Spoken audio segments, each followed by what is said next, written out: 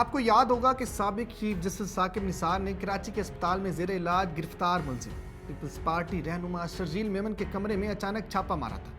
اس وقت 2 بوتلیں برآمد ہوئی تھیں۔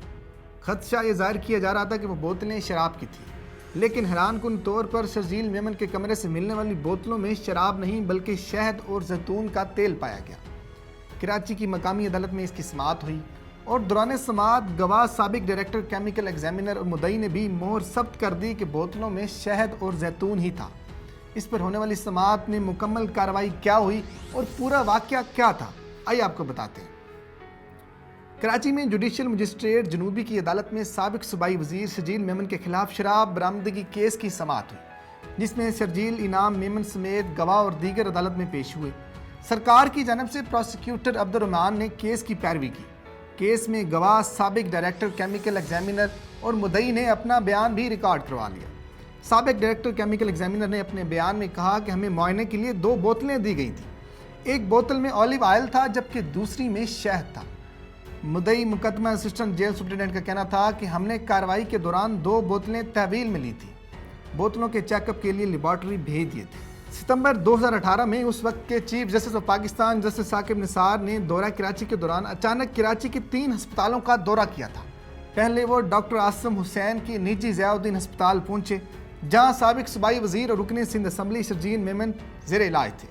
چیف جسٹس نے شرجیل میمن کے کمرے میں گئے اور مختصر ملاقات بھی کی۔ اس موقع پر انہوں نے وہاں شراب کی 2 بوتلوں اور سگریٹ کے پیکٹ کی نشاندہی بھی کی تھی۔ نجی اسپتال کے بعد چیف جسٹس نے جناح ہسپتال اور عارضہ کلب کے اسپتال NICVD میں بھی چھاپے مارے، جہاں وہ منی لانڈرنگ کیس میں نامزد اومنی گروپ کے سربراہ انور مجید اور سمٹ بینک کے سابق صدر حسین لوائی زیر علاج تھے۔ چیف جسٹس نے انور مجید کے کمرے میں مختلف اشیاء کا جائزہ لیا اور عملے سے سوالات بھی کیے تھے۔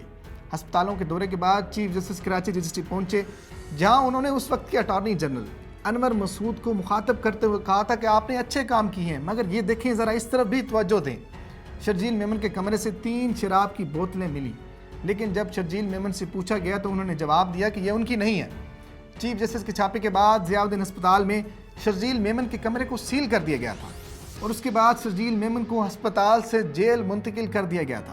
پیپلز پارٹی کے رہنما ناصر حسین شاہ نے پریس کانفرنس میں پہلی دفعہ انکشاف کیا تھا کہ کمرے میں شہد اور زیتون کا تیل موجود تھا۔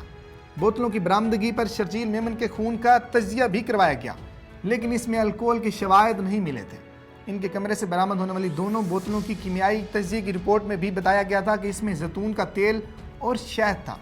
ناظرین، شرجیل میمن اور ان کے 3 ملازمین کے خلاف کراچی سینٹرل جیل کے سپرنٹینڈنٹ مجاہد خان کی مدعیت میں انسداد منشیات ایکٹ کے تحت بوٹ بیسن تھانے میں مقدمہ درج بھی کیا گیا تھا۔ اس مقدمے میں سپریم کورٹ کے چیف جسٹس ثاقب نثار کے ہسپتال کے دورے کا حوالہ بھی دیا گیا تھا۔ ناظرین، اس کیس کی سماعت کے دوران مدعی مقدمہ پروسیکیوٹر عبدالرحمان تہیم کی جانب سے تیاری کروانے کے باوجود وہ تسلی بخش بیان نہ دے سکے۔ عدالت نے دیگر گواہوں کو طلب کرتے ہوئے شرجیل میمن کے خلاف شراب برآمدگی کیس کی مزید سماعت 17 اگست تک ملتوی کر دی گئی ہے۔